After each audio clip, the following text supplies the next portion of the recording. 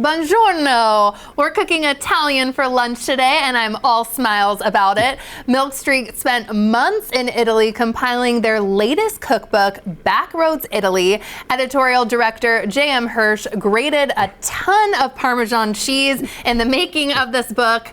I imagine that was time very much so well spent. It was a torturous time, I tell you. This assignment is like, what can we, I won't say trade positions because I have it pretty darn good too.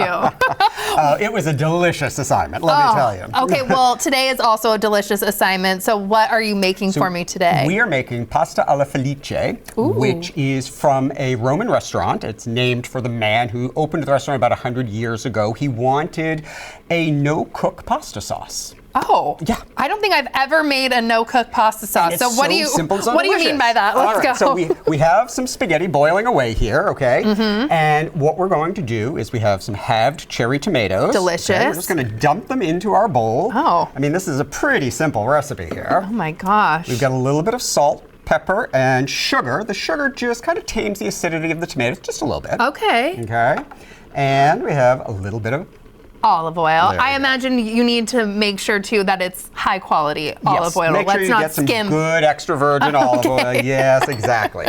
Now, I am going to take my potato masher and I'm going to lightly crush the tomatoes so that we release their juices. Because again, we want a saucy pasta here. Okay. But while I do that, I'm going to give you a task. Oh, you're putting me to work, please. So we have a little bit of ricotta cheese there. Delicious, and yum. we have a little bit more salt and pepper. Okay. And we have a little bit more olive oil, of course. And all you're going to do is mix that together. That's going to go onto our pasta at the very end. And all the olive oil can go in as well? Okay. You can never have enough olive oil. Yeah. Done and done. Okay. Olive oil and cheese. You can never have enough. So yeah, I'm just going to break these up a little bit just so that they release all their goodness. Okay, so you don't really have to get crazy with it. Lightly smashing. No, you want some chunks in there. Putting this book together, what was this most delicious process like? Oh, God. You know, Chris and I spent collectively over a period of years, months and months in Italy. And we would literally travel by planes, trains, and Fiats all over Italy. And literally knock on people's doors and say, hey, who is the best cook in town? Could he or she teach us something? And we gathered so many recipes. And I think that's what was so surprising, is how little we actually know about true Italian cooking. You know, we have our impressions from Italian-American cooking, which is delicious and wonderful. Definitely. But it's different. And so we got to know the real Italian cooking, and that was really cool. Oh, authentic. Okay, yes. I think I've made you proud. Perfect. You're it's taking everything aside. to not just take spoonfuls and eat this. Okay. And I'm going to add some more ricotta, because you can never have enough. Hit me with the cheese. All right, and I'm going to stir this in. And here, I will let you, while I stir, add some fresh herbs. Now that is just a mix of basil, oregano. I think there's some thyme in there, some parsley. Finely chopped. Yes, but use whatever fresh herbs you like, whatever you have, whatever's in season, whatever looks good. That's how an Italian would cook. They just are almost eating with their eyes too, right? Well, what I love about real Italian cooking is that they don't fuss. They cook with what they've got, they cook with what's fresh, and it's wonderful because they do it that way. Do you have a favorite person that you met on your travels? That would be probably hard. And keep telling me if I need to be putting keep dumping in the all of it? Okay. Oh, sure. Oh, let's hit it. So my very favorite people in maybe the world are in Naples. It's a family of 5 sisters, the Vitozzi sisters, and they have a little restaurant by the same name that they run with their parents and their grandparents, and it is literally like going home to an Italian grandma's house, and she just feeds you nonstop. And sign me up. It's in a back alley in Naples. Nobody ever goes there. That's why I love it. It's so nice. That's it. The rest? That's it? So now we're just going to pull our pasta out. And you can drain this, but remember, pasta cooking water is an important ingredient because it has lots of starch and that helps emulsify everything. And why dirty another bowl? Exactly. So here we go. By using tongs to pull it out, you pull the water with it. So you don't have to, would you also scoop out some extra pasta water? Only if you need it, but you certainly could. If you were draining, absolutely. Okay. But if you're not going to drain, you pull enough water out with it. Okay, you don't need to, But what consistency are you looking for something like this? Probably not. You don't want it soupy, too watery. It's not looking like that at all. It's looking perfect because we have you, but... You don't want it too soupy. You don't want it too dry. And I'm telling you, an Italian grandma is going to tell you, you just know it when it's right.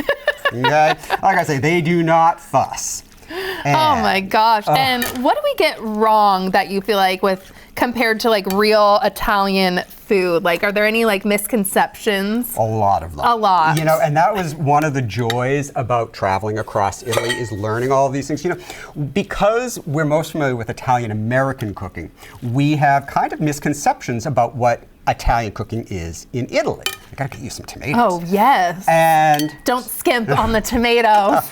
And so there's all sorts of dishes that we think we understand, and my favorite, now give us a scoop of ricotta. Oh, okay. That we think we know. Like, the conception is that real Italians don't eat spaghetti and meatballs because, you know, in a lot of Italy, meatballs are this big and they're served by themselves, and pasta is served by itself, never together. Oh. But in some parts of Italy, they actually do eat spaghetti and meatballs, and it's fantastic. That was one of the things I went there to learn, and it's so good. That's my like top tier. Like a spaghetti and meatball dish is just fantastic. Yeah. I'm gonna steal a fork and dive in. And while I'm diving into, do you have any other favorites from your cookbook that you want to tell viewers about too? So also in Naples, I love Naples, by the way. I was going to say, Naples is a theme right now, okay? There is a dish called zuppa forte, which nobody has ever heard of outside of Naples. And it's this really rich, like super concentrated pasta sauce that you find only at certain butcher shops. And imagine a pasta shop that has the consistency of tomato paste. Whoa. And then you thin it with the pasta cooking water, remember, secret ingredient. Okay. And it is so rich and so intense. And I spent a week trying to figure out how to learn how to make it because nobody knows. It just shows up magically, apparently, at butcher shops. But I did finally find a little old lady who taught me how to make it, and it was phenomenal. And it is one of my favorite recipes in the book. The fact that you were really just like living this authentic, like Italian life and meeting all these awesome people and tasting these dishes.